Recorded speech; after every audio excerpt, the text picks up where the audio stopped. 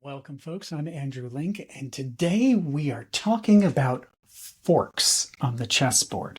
I'm not talking about eating utensils. I'm talking about the sort of attacks where you are threatening two or more pieces with one of your pieces.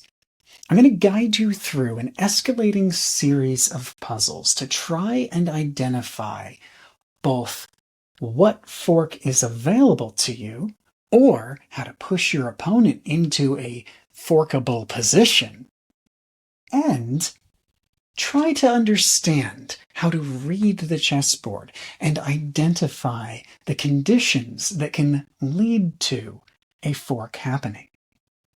Let's take a look at a fork that's on this chessboard. Maybe you've spotted it while I've been introducing the topic. I'm going to give you one clue before we actually find it together.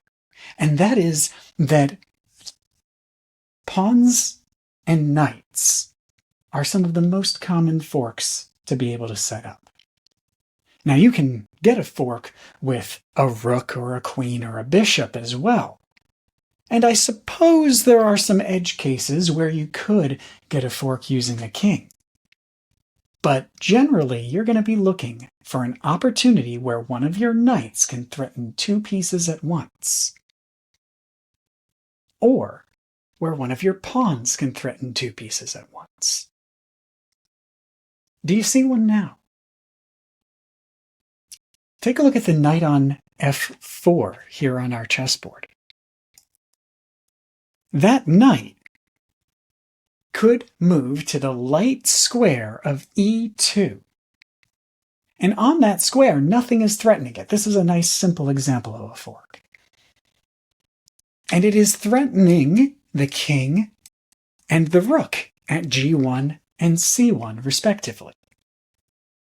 Now, a fork that includes the king is one of the best forks to try and set up, because your opponent is forced to move the king in response, assuming, of course, that you have correctly evaluated and your piece is not threatened by anything. And when our opponent responds by moving their king off of the threatened square, that gives us the opportunity to take the rook with impunity. And honestly, even if something had been defending that rook, that would be a knight for rook trade, which is usually a good thing. And in this particular instance, we also, when we take that undefended rook, we get an attack on the queen. And remember that even though the queen sitting here at b3 is defended by a pawn, this is almost certain to compel a move from your opponent, because they don't want to trade a queen for a knight. Just like I would be happy to trade a knight for a rook, almost nobody is going to sacrifice a queen to take a knight. In our previous puzzle, we talked about having to look ahead, having to think about the value of the pieces that we're considering trading in a fork or any other sort of capture situation. And that's going to be essential to solving this puzzle. Look for a situation that you could possibly engineer where you might have to sacrifice a valuable piece to take a piece of lesser value. But if you do, can you either force or strongly encourage your opponent to make a move that's going to hurt them even more than the sacrifice you are making in the long run? Think about your queen. If your queen was to put the king in check, is there any place where she could do that without being threatened? Or is there a way that we could lure a piece, attract a piece to a square where we could get a fork using our queen? This one's a little tricky. Notice that if we take our rook to c3, that pretty much guarantees that our opponent is going to capture that rook, because goodness knows they don't want us to capture on f3 and then bring our queen up to d2, which would force them to bring their rook down or their queen up to block. And so they're probably going to take back by bringing their rook to take our rook. We've only captured a bishop, so at first glance this does seem like it may be an ineffectual capture, a trade that perhaps we should have reconsidered. But remember what we said about the interaction between the queen and the king on the second rank. If we bring our queen now to d2, that's going to force our opponent to block with their queen. Now, technically, they could move their king up to h1, but then he's stuck in a corner, and it's pretty easy for us to exploit that opportunity. What are we going to do now? We've set up the fork. How do we execute on it? We go ahead and we capture queen going to c3, which conveniently lets us also get a threat on the a1 rook. And here's another key part of this. We have pulled the queen out of the f file, because the queen had to move in order to defend the king. And she didn't want to go to the e file because then we could take her for free. So that means that not only have we captured a bishop and a rook merely at the cost of our own rook, so we are up by 3 points and we have simplified the board, but we've also encouraged, almost forced our opponent to get their queen out of the F rank. So now we can take the pawn at f5 on our next turn. Of course, our opponent is likely to, say, pull their rook over to either f1 or g1 in order to defend that pawn or defend the queen and prevent us from sneaking up behind her. But we've gained material, we've simplified the board, and we've gained tempo. We have the initiative on the board now. Let's take a look at an even more difficult puzzle, continuing along this theme of getting a solid fork and compelling our opponent into a move that is not to their advantage, maybe even that is kind of desperate. Our next puzzle demonstrates the importance of planning ahead and possibly making some more subtle moves. We don't have the queen and rook flying all over the board like we did in the previous puzzle, nor do we have the knight leaping into the fray like we did in the first one. Here, we're thinking about how to make some very cautious moves using one of our sneakiest pieces. In this case, notice how the king and the rook at a2 are on the same diagonal. That's an important thing to pay attention to. You often want to check and see if your king or your opponent's king is on the same colored square as one of their other valuable pieces. Also check the same rank and the same file. But those are more for skewers or defenses against knight forks. In the case of a diagonal shared square, that should be making us think about our bishop. And we can notice that if we bring our bishop from d3 to c4, that immediately puts the king in check and lets us threaten the rook. So it's a perfect example of a fork. Let's go ahead and make that move. And then, of course, we're eager. We want to just go ahead and complete the plan. So do we want to go ahead and take the rook at a2? We want to, but should we? Notice that the king ran away by stepping closer to our rook over there on h8. We don't have a dark square bishop, so we can't defend that rook. And we don't have another rook, so we can't slide that or a queen up the board to defend our rook. And we really don't want to give up our rook. Because even after we take our opponent's rook over there on a2, if we don't have a rook yet, our c3 pawn is pretty isolated, and it's going to have a hard time promoting before the bishop manages to capture it on c5 or c7. There's two opportunities that our opponent has to capture that pawn as it makes its way to promotion.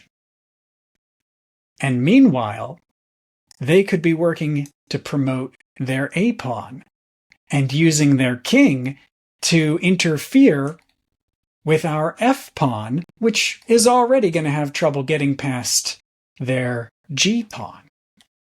I know this is a lot of variables. I know it's a lot of pieces to keep track of. But that's why we want to be subtle.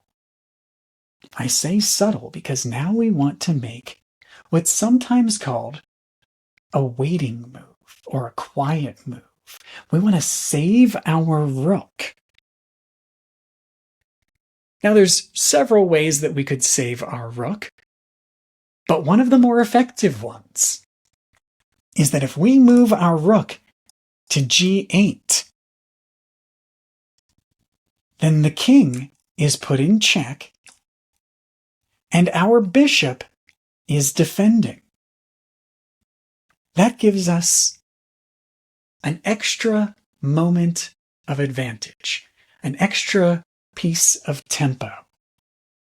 Because when we move our rook to g8, our opponent is compelled to either throw their king out towards the middle of the board, where he's going to have a lot of trouble escaping pressure from our rook attacking him again, or to slip into the corner, where he's still threatening the rook.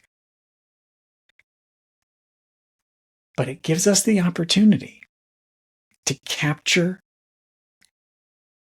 with our bishop, gaining that advantage that we were looking for all along, while keeping our rook safe and keeping the king trapped. And now, well, it's still going to be a challenge to either bring our rook over to a good attack position or promote one of our pawns for an easy checkmate.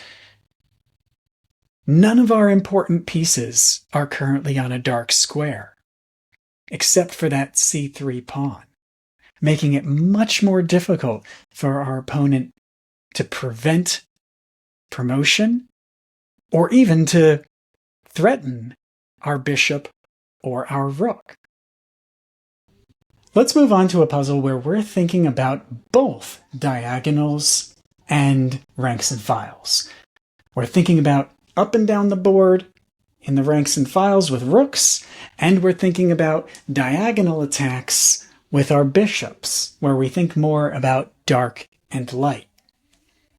This one feels like we should have a solution that involves the king and the rook, in part because the king and rook are right there in the same rank, and we have a rook controlling the d file that could come up here and get a fork between the king and the rook.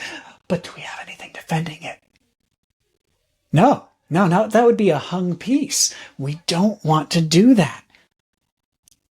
But if we lower our ambition just a little bit, and we think less about getting an immediate check and more about simplifying the board, if we lower our ambition just a little bit, and instead of immediately going for the king-rook fork, we recognize that getting rid of both of those bishops on the 5th rank, well, that's 6 points of advantage.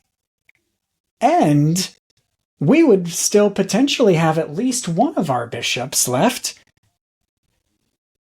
There's a bit of a risk because the e5 bishop is on a dark square and has a combo attack with our opponent's rook that could, if we get our tempo off, cause us to lose our b6 bishop.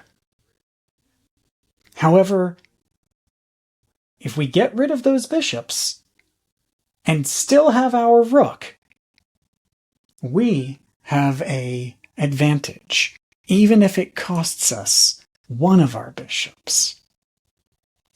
Let's give it a try. So let's take our rook to d5. Now our opponent goes ahead and captures the pawn. Now this could lead to us capturing the c7 bishop, but that's a terrible idea because that's just inviting our opponent to bring their rook down into our territory and pin the pawn by our king. But if instead we go with our original thought of leaving that rook alone for the moment and pressuring our opponent by getting rid of both of his bishops, rook to b5 gets rid of a bishop, and even if they decide to capture our dark bishop, that leaves us free to get revenge. And at this point, as you can see from the engine bouncing between different ideas, it's likely that our opponent is going to step over to b1 to defend their pawn. But doing that, that then gives us opportunities to pressure with our bishop. And if they don't, then as long as they don't go to e1, we're totally free to take their passed pawn. And if they don't, as long as they don't go over to e1, we are totally free to take their pawn. It's about finding the balance. It's about finding which pawns we can capture, which bishops we can capture, and which moves we can compel. Let's do one more puzzle together. This one is tricky. I'm going to tell you it involves a sacrifice. But the point of that sacrifice is to help us get rid of a bishop and help us get the king into a really tight spot that might enable us to eventually gain an even greater advantage. Do those clues give you what you need? Take a look at the first step. If we use our knight to capture the knight on g3, the king is now stuck behind his pawns. He has one square that he can step up into. And if we think about our diagonals, what color are our powerful pieces on, and what color are our opponent's pieces on? It's a little bit of a mix. But do you see where the king is? Remember, start with the king when you're thinking about forks and skewers. Is the king in the same diagonal as anything? Or maybe the same zigzag diagonal, the same color with a convergence point? Do you see it yet? We've simplified the board by trading knight for knight. And we're especially happy with that simplification because it leaves the king behind 3 of his own pieces. It's weakened those pawns. The king is also in a triangle with the A1 rook. And we have a queen that could step on to D4, threatening both of those pieces at the same time. Now, before we get too eager, notice that our opponent can block that threat by interposing the C1 bishop. But then that bishop would be hung, and our queen would be forcing the king into the corner, assuming that he didn't block with the rook, in which case that rook would be pinned, because we don't want to take that rook. It's defended by the king. But a pinned rook or a cornered king back behind his own pieces with our queen outposted in his territory, that's a big advantage.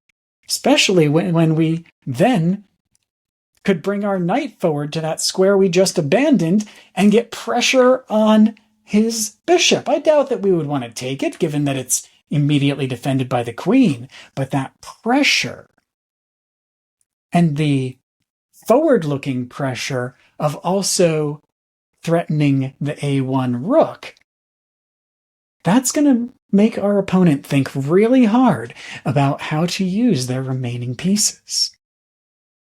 Let's see if it works. We bring our queen to D4. They block with the bishop. Now, be patient for a second and think, am I able to take that bishop safely? Did I miss anything? No. If we go ahead and take that bishop, the king is either going to move to an awkward spot, or our opponent is going to interpose their rook. And let's say that they go ahead and interpose the rook. The engine rates the king to G2 as a higher move, but this is a solid response as well. If they do that, well then, we still have that wonderful triangular threat between the pinned rook and the unpinned rook that is defended by the queen, remember? Or we can bring our own rook into bear from either side of the board to add more pressure into the d-file, as well as potentially bringing our knight forward to add pressure to both the pawn and the bishop. Forks are often about threat as much as the pieces we capture. And when we're capturing, it's often as much about simplifying and gaining small advantages as going for a direct checkmate. And this is what we want to look for as we play our games of chess. Thank you for joining me today, folks. If you have any questions, please drop them down in the comments. OutSchool students, please make sure you keep your comments in the OutSchool classroom. And anybody else, you're welcome to comment either over on my Patreon or down here on the YouTubes. And we'll continue our chess journeys together. Take care.